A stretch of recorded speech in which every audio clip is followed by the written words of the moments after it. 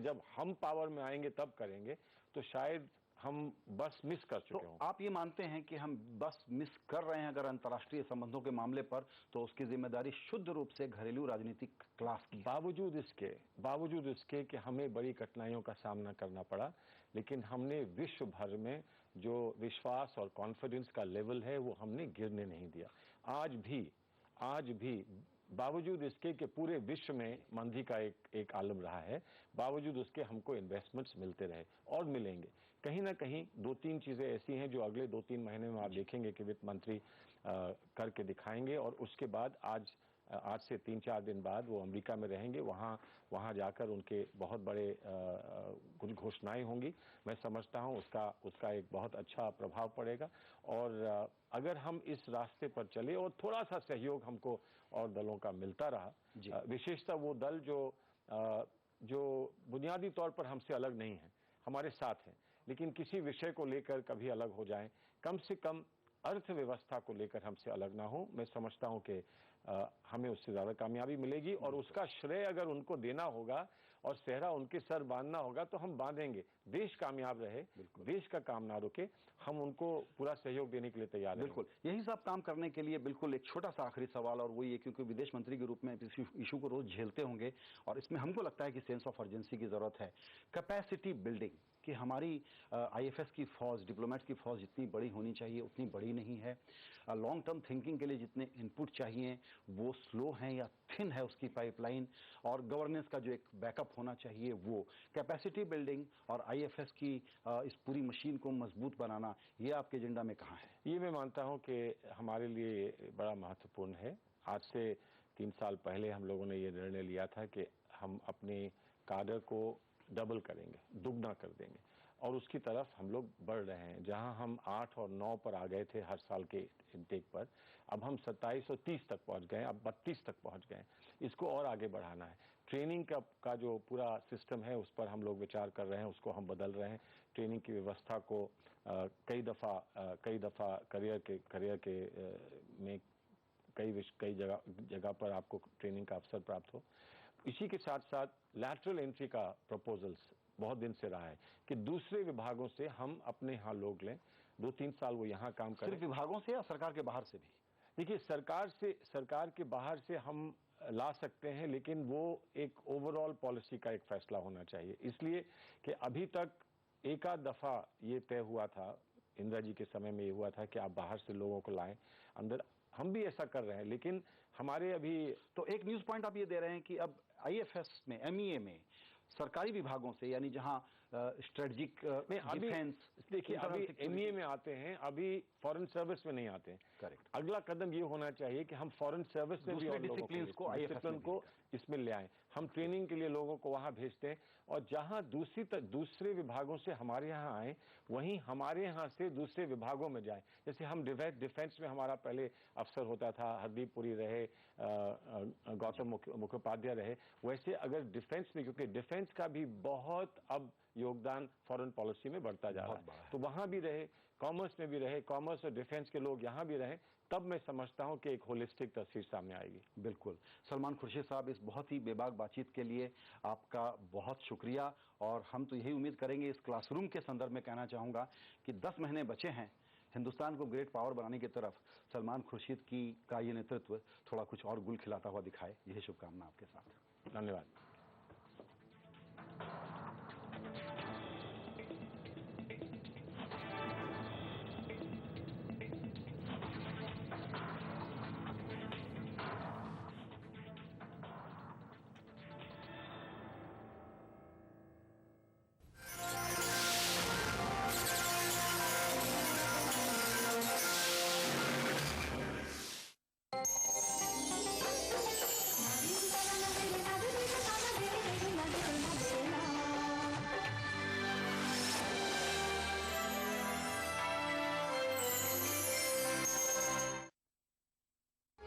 उभरते कश्मीर के अनछुए पहलू, नई सोचो फिक्र, मुनफरिद तहजीब और रिवायात, जिनसे फूट पड़ते हैं कश्मीरियत के रंग। देखिए कश्मीर एक्सप्रेस पीर की रात 8 बजे और मंगल की शाम 6 बजे, सिर्फ ईटीवी उर्दू पर।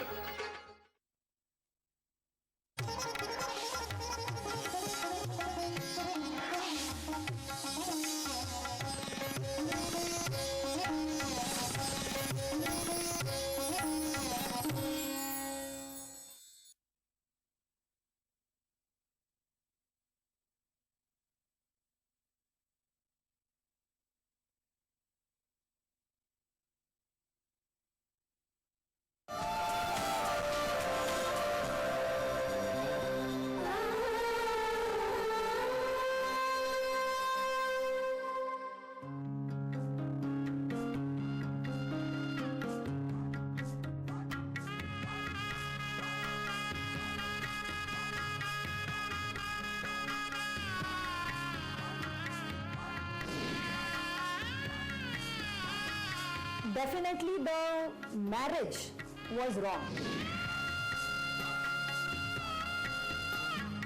जो क्रेज मैंने उनमें देखा था शादी से पहले, वो कहीं मुझे लगा कि सब बनावटी था, कि शादी के बाद मुझे नजर नहीं आया।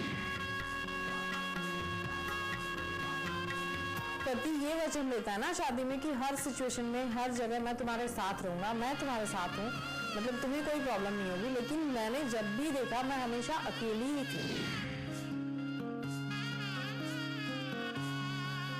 मेरे को पता भी नहीं था कि मैं कल जीऊंगी कि नहीं, क्योंकि एक दिन नाइफ लेके आ गए थे।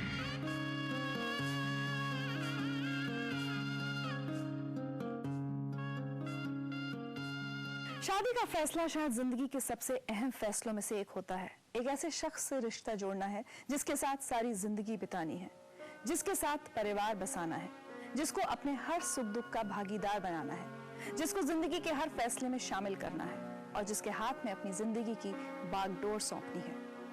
और क्या हो अगर एक दिन ये एहसास हो कि यही सबसे अहम फैसला सबसे गलत साबित हो गया? क्या हो अगर जिंदगी साथ बिताना तो दूर, एक दूसरे के साथ एक पल बिताना भी भारी लगने लगे? और क्या हो अगर ये एहसास शादी के 15 साल बाद हो? जिस उम्र में बच्चों के करियर पर ध्यान देना है, उनकी शादी की तैयारी करनी है, जिस उम्र में अपने रिटायरमेंट की प्लानिंग करनी है, उसी उम्र में अगर दो लोग एक दूसरे का सहारा बनने के बजाय अलग होने का फैसला करते हैं, तो हर किसी के जहन में ये सवाल जरूर उठता है, क्यों? और इतने लंबे वक्त बाद क्यों?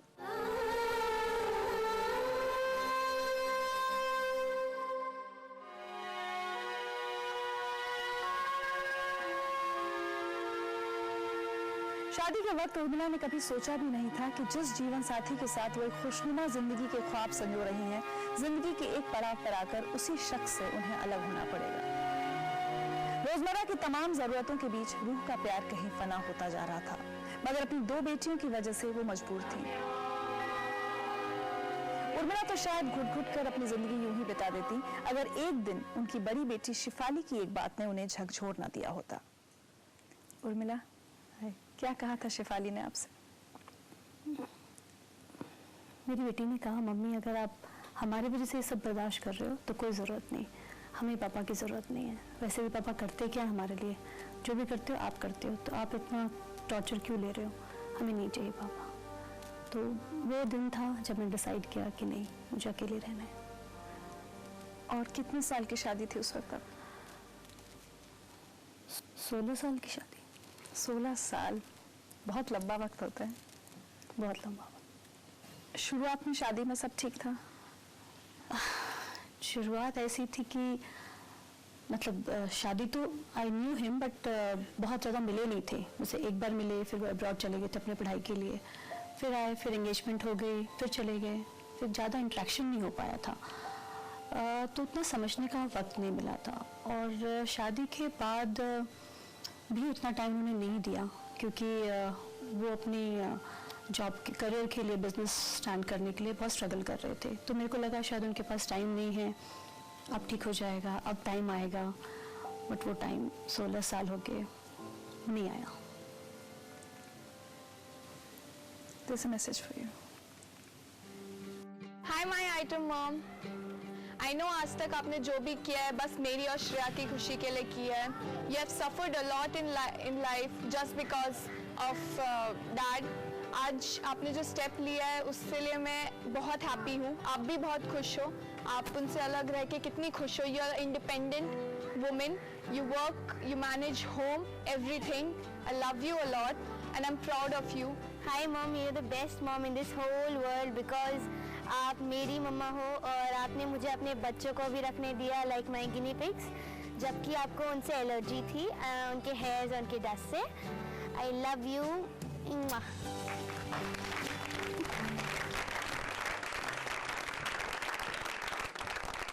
उर्मिला, अगर अपने देश की बात करें, अपनी सोसाइटी की बात करें, एक शादी से निकलने का फैसला बहुत बड़ा फैसला होता है. शायद जितनी जल्दबाजी में लोग शादियां हमारे देश में हो जाती हैं, लेकिन उतनी आसानी से उतनी जल्दी से छोड़ने नहीं दिया जाता. How difficult was it for you? 99 में मैंने फर्स्ट टाइम कोशिश की डिवोर्स के लिए. मैंने केस फाइल किया, बट मेरे पेरेंट्स ने मुझे सपोर्ट नहीं किया, क्योंकि उस वक्त मेरी बहनों की शादी नहीं हुई थी. फिर मैंने कॉम्प्रोमाइज़ किया, फिर I started living again, then my second daughter was born 2001. Things were getting worse day by day, I could feel that.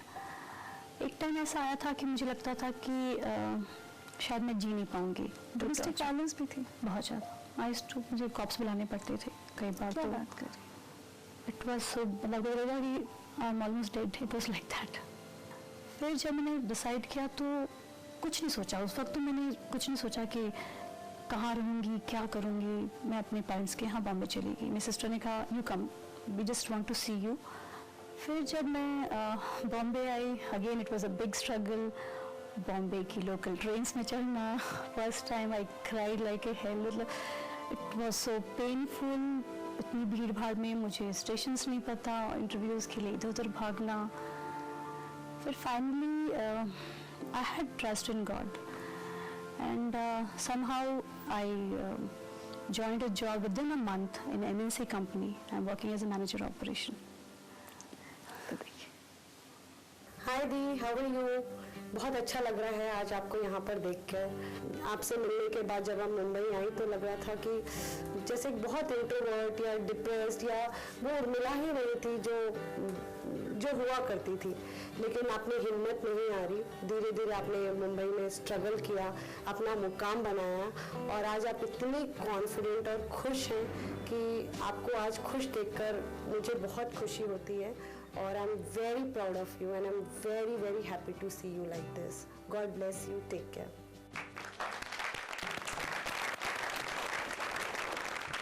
अगर इसने मुझे नहीं कहा होता कि बॉम्बे आ जाओ तो शायद मैं आज भी वही स्ट्रगल कर रही होती.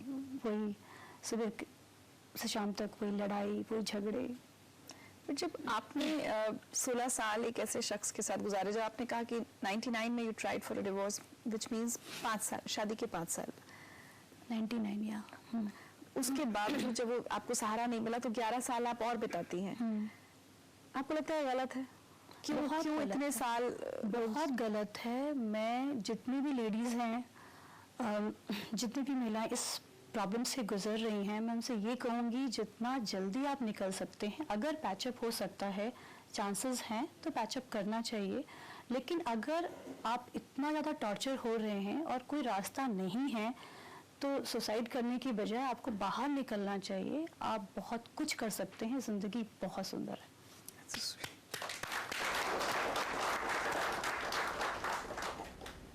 A lot of times you can feel कि एक नॉर्मल फैमिली होती है, एक father would be staying together, साथ रहते हैं हम लोग, तो बच्चों को एक दूसरा माहौल मिलता है. वो ये लगता है जैसे आप कभी देखते हो कि मूवी जा रहे हैं तो मम्मी पापा साथ में हैं, बच्चे साथ में हैं, तो लगता है कि हाँ कहीं इनकम्प्लीट है. चाहे उसको, जैसे बड़ी वाली को ड्राइविंग सीखनी है तो मैं उसको नहीं सिखा सकते. फादर होते तो उसको बिठा के सिखा देते. तो कई चीज़ें से होती हैं जहाँ फील होता है. लेकिन अगर अच्छा पिता नहीं है तो उससे अच्छा ना हो. उर्मिला, मुझे एक बात बताइए, गुड और bad, I am not talking about that, पर 16 साल जब आप एक इंसान के साथ एक छत के नीचे रहते हो और जब उससे अलग होते हो तो कुछ तो याद कभी आता होगा, कुछ तो अच्छे पल भी जिए होंगे साथ में. Do they hurt? Do they give you pain? सच कहूँ मैंने कोई अच्छे पल जिए ही नहीं. इंतज़ार रहा कि कोई अच्छे पल आ जाएंगे. यहाँ तक कि शादी के बाद शायद हम हनीमून पे भी नहीं गए थे. जो भी याद आता है सिर्फ दर्द ही याद आता है. अच्छा तो कुछ भी याद नहीं आता. और मुझे लगता है अब मैं जो जी रही हूँ वो मेरा बेस्ट लाइफ है. जिस रिश्ते में इतनी घुटन हो उससे निकल जाना अच्छा है. बिल्कुल सांस खुल के लो. Wow, I think this is the new Indian woman. Thank you so much for coming to Zindagi Live. और एक तोहफा है हमारी तरफ से आपके लिए.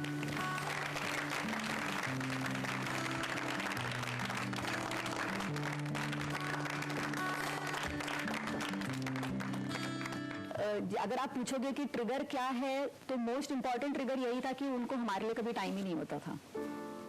और फिर फाइनली एक स्टेज हमारा जैसे पहुंच गया था कि जैसे हम तीनों जो है एक फैमिली हो गए थे.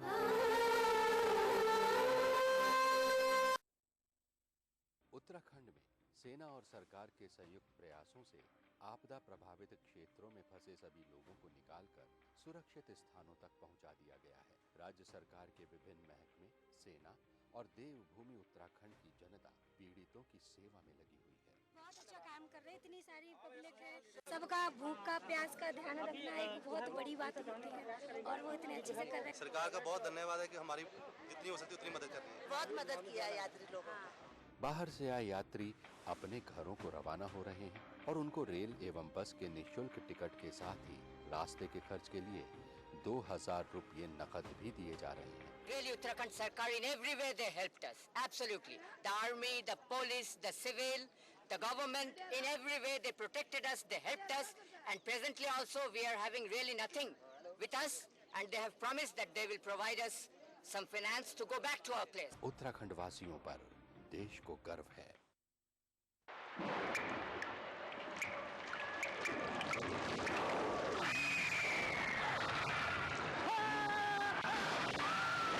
अगर सीमेंट जंग रोधक न हो तो जानलेवा हो सकता है। Shri ultra red oxide, Bharat का एकमात्र जंग रोधक सीमेंट। उत्तराखंड में आई दैवीय आपदा में उत्तराखंड वासियों ने फंसे हुए यात्रियों की सेवा व मदद करके देश के साथ साथ विदेशों में भी उत्तराखंड का सर गर्व से ऊंचा कर दिया है।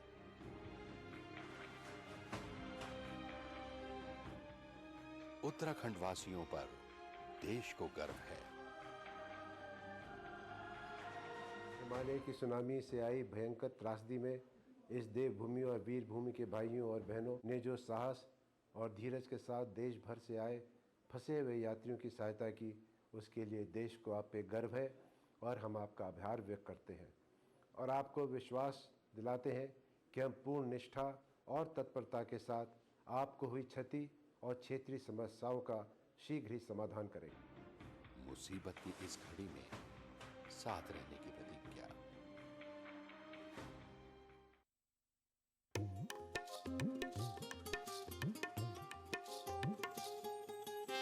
रमजान का मुकद्दस और मुबारक महीना जो हर एक के लिए है खास, इस खास मौके पर ETV उर्दू लेकर आ रहा है खूबसूरत और रूहानी प्रोग्राम। रमजान के शबो रोज में आपकी जिंदगी से जुड़े खास पहलू। तो रहिए इस रमजान हमारे साथ और देखते रहिए ETV उर्दू। माह रमजान तेरी अजमत और फजीलत को ETV उर्दू का सलाम।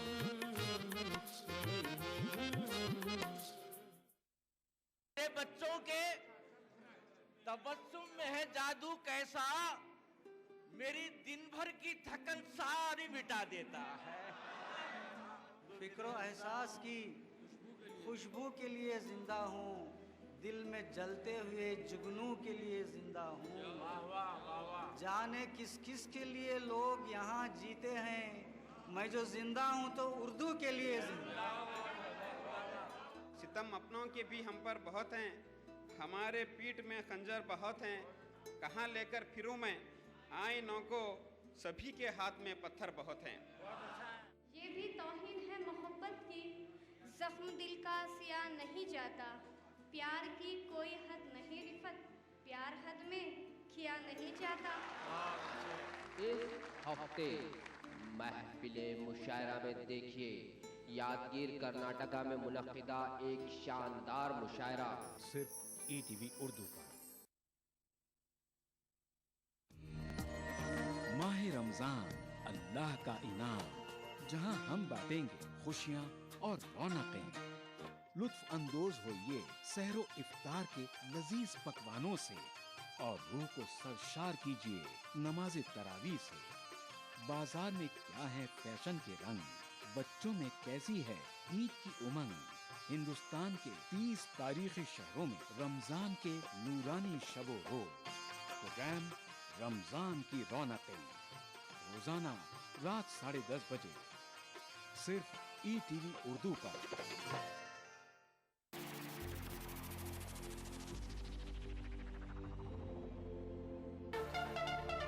दांतों के पीलेपन से लेके इम्प्लांट तक हर प्रॉब्लम का सलूशन है। टीवी जो देखते हैं ज़्यादातर वो बच्चे ओवरवेट होने का चांसेस ज़्यादा रहते हैं। 2 times higher risk of development of TB in smoker. आदाब डॉक्टर, यानी आपकी जिंदगी का रहनुमा। खाने पीने का चीज़ है और पीने का पानी, इसको बैलेंस करना है। Fertility is a medical as well as a social problem. Uterine cancer भी स्मोकिंग से आने के चांसेस रहते हैं। अगर आप ठीक तरीके से खाना नहीं लेते हो तो शरीर जो है कमज़ोर पड़ जाता है। सिर्फ कमर की दर्द ही नहीं, आपको इन्फेक्शन होने की चांसेस रहती है। आदाब डॉक्टर, एक ऐसा शो जहां हम जानते हैं एक बीमारी के मुख्तलिफ पहलू और हर हफ्ते बात करते हैं एक नए टॉपिक के बारे में। उठाइए फोन, डायल कीजिए 04023313820 और 233-133-80। देखना ना भूलें आदाब डॉक्टर, एवरी थर्सडे शाम 5 बजे हिंदुस्तान में और 3:30 बजे यूएई में।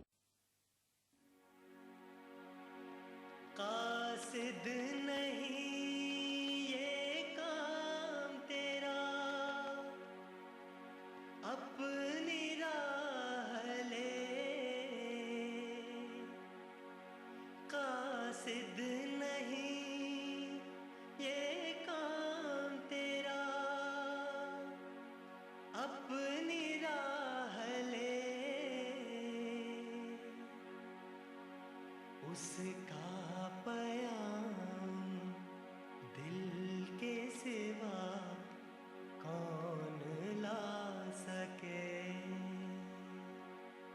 उसका पयाम दिल के सिवा कौन ला सके।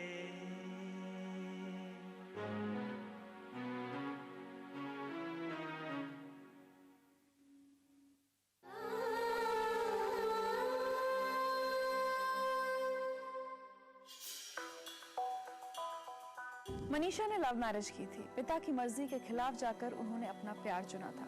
शुरुआत में सब ठीक था, मगर गुजरते लम्हों और ढलती उम्र के साथ मनीषा को एहसास होने लगा कि जिस प्यार के लिए वो अपना सब कुछ छोड़कर आई थी, वो इश्क रोजमर्रा की जद्दोजहद और छोटी बड़ी तकरार के बीच कहीं दफन होता जा रहा था। और उसकी कोई एक वजह नहीं थी। जिन बच्चों की जिंदगी में खुशियां भरने का सपना मनीषा ने देखा था, पति पत्नी के झगड़ों ने उन्हीं चेहरों पर गम की लकीरें खींच दी थी। 15 साल पहले अग्नि के साथ फेरे लेकर जिनके साथ मनीषा ने ताउम्र साथ निभाने का वादा किया था, उनके साथ चंद दिन भी गुजारना नामुमकिन हो गया था। मनीषा, प्यार करना एक बात होती है, शादी करना दूसरी बात। बहुत सही। मुझे ऐसा लगता है कि बहुत सारे लोग जो है प्यार को लेके एक अलग जिंदगी बिताना चाहते हैं, बट जैसे हमेशा कहते हैं कि marriage is a eye opener. So ये बहुत बार हो जाता है, और जब तक आपको इस बात का एहसास हो जाता है कि ऐसा कुछ हुआ है, बहुत ज़्यादा देर हो चुकी होती है। It's too late. Of course ऐसा नहीं है कि you can't really get out of the relationship, पर फिर ऐसा है कि उसके साथ में बहुत सारी जिंदगियां जो है अटैच्ड होती है। तो it's very difficult, very very difficult. शादी के आई थिंक 1-1.5-2 साल के बाद ऐसा लगने लग गया था कि गलती हो गई है। क्यों लगा ये कि गलती हो गई? ऐसे लगा क्योंकि जो मतलब जैसे शादी के पहले जो एक एक्सपेक्टेशन थी कि जो एक नॉर्मल जैसे लड़कियों की होती है एक्चुअली, कि शादी के बाद ऐसे होगा वैसे होगा, एक घर होगा, शाम को सब ठीक होएगा, खाना वाना बनाओ, घर पे रहो, बाहर घूमने जाओ। ये एक जो एक्सपेक्टेशन होती है वो बहुत सिंपल सी लाइफ की होती है एक्चुअली। फिर वो जब नहीं हो पाता है तो धीरे धीरे वो रिसेंटमेंट एक आने लग जाती है कि अरे इसका ये क्या हो गया, ये कैसे हो गया। मेरा केस भी ऐसा था कि मैं सबसे झगड़ा करके आई थी, पेरेंट्स से भी झगड़ा करके आई थी, उनके मर्जी के खिलाफ शादी की थी मैंने। तो दैट वाज समथिंग जो एक सॉर्ट ऑफ बर्डन ऑलरेडी था। एज इट इज़ मेरे लिए ऐसा कुछ कोई भी नहीं था कि अगर इसमें से मैं निकलूँ भी तो कहाँ जाऊँ, सहारा वो भी कुछ था नहीं। और जब शादी हुई थी तो मैं हार्डली 21 साल की थी, तो बहुत ज़्यादा एक्सपीरियंस या एक्सपोजर दुनिया का या ऐसे भी कुछ था नहीं। झगड़ों की क्या वजह थी? झगड़ों की वजह कभी एक नहीं होती थी, और वैसे देखा जाए तो कोई सॉलिड रीज़न भी कभी नहीं होता था। कुछ भी हो सकता था, खाने के ऊपर से कि ये क्यों बनाया है आज खाने में, या वो कभी कभी ड्रिंक करते थे। एक्चुअली उनका लाइक वीकेंड पे वो ज़्यादा ड्रिंक करते थे, तो उसको लेके भी कभी कभी हो जाता था जब एक्सेसिव ड्रिंकिंग होता था। स्मोकिंग भी करते थे, तो जब बच्चे अच्छे हो गए थे तब वो थोड़ा सा एक रहता है कि भाई घर पे तो मत करो या जो भी है, तो उसको लेके भी झगड़े होते थे। फिर जो गेस्ट घर पे आते थे तो उसको लेके भी होते थे। फिर मैंने जो कपड़े पहने होंगे तो उसको लेके भी होते थे। सो ऐसे I can not really even pin point, but ये हो जाता था कि उसकी वजह से मेरा जो सेल्फ एस्टीम था वो बहुत गिरता भी जा रहा था एंड खुद पे एक जैसे कॉन्फिडेंस या सेल्फ रिस्पेक्ट वो सब जैसे धीरे धीरे ख़त्म होते जा रहा था। ऐसे मतलब मुझे हमेशा ऐसे लगता था कि पता नहीं मेरी कोई कैपेबिलिटी है भी या नहीं, या पता नहीं ऐसे। तो देखिए, मैं आपको बहुत 2 सालों से बोल रही थी मुझे शामक जाना है, मुझे शामक जाना है, मुझे डांस सीखना है, लेकिन आपने कभी मेरी बात मानी नहीं थी और मैं आपको कभी उतना परसिस्ट नहीं कर पाई, इतना इंसिस्ट नहीं कर पाई कि आप मेरी बात मानो। मैंने तो सोचा था एडमिशन होगी ही नहीं शामक में, लेकिन एक दिन आप घर पर आई थी ऑफिस से और मेरे हाथ में शामक की बिल थमवा दी और मैं उस दिन इतनी खुश थी कि मेरे पास वर्ड्स नहीं थे कि मैं आपको थैंक कर पाऊँ कि मैं कितनी खुश थी। आपका पापा का डिवोर्स होने के बाद हमें जिस तरीके से हैंडल करना चाहिए था आपने उस तरीके से किया और इसलिए ही हम आज इतने खुश हैं और हमें इतना कोई फ़र्क पड़ता नहीं है। हम आपके साथ ही खुश हैं और हम आपको थैंक करना चाहते हैं कि आपने इतना कुछ किया है हमारे लिए। वैसे तो मेरी मॉम ने मेरे लिए बहुत कुछ किया है, पर जो सबसे ज़्यादा मुझे अच्छा लगा है वो है कि टेनिस जो गेम है वो बहुत एक्सपेंसिव गेम है और उसके कोचिंग का खर्चा, टूर्नामेंट का खर्चा बहुत ज़्यादा होता है। 10,000 से भी ज़्यादा हर महीने में कम से कम 20 से 25,000 का खर्चा होता है और जो मम्मी की सैलरी होती है उसमें से ये खर्चा निकालना बहुत मुश्किल होता है। वो पैसे बचा के जो मम्मी अपने लिए यूज़ करने वाली थी वो मेरे लिए यूज़ कर रही थी ताकि मैं टेनिस खेल सकूँ और मेरे इस टेनिस में कोई रुकावट ना आए और मेरा इंटरेस्ट कम ना हो टेनिस में।